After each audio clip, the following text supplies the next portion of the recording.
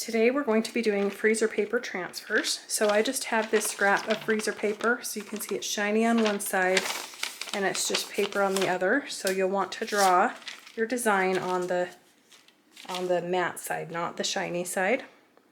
I'm just using a stencil here, but you could do this with patterns that you have. You can just trace them onto, the paper's fairly transparent, so you could just place the pattern underneath and then trace over the top if you wanted to do that.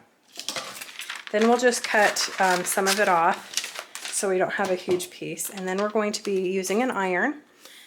I just use just high heat, just make sure you don't have steam, and you'll just take your iron and you'll just place it on top of the freezer paper, and you'll just hold it there for, I don't know, between 5 and 10 seconds, and then you can cut out your shape.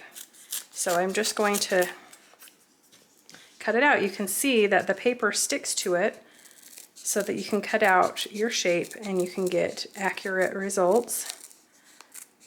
Much easier than just holding the paper up to the fabric and then hoping it will not move while you're cutting.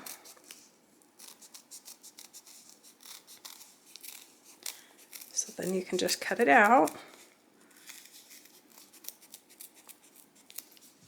And then when you're done, like, the paper sticks pretty good, but it also isn't so sticky that it's hard to come off. So it just comes off, and then you have your cute little heart or whatever it is that you're going to be cutting out.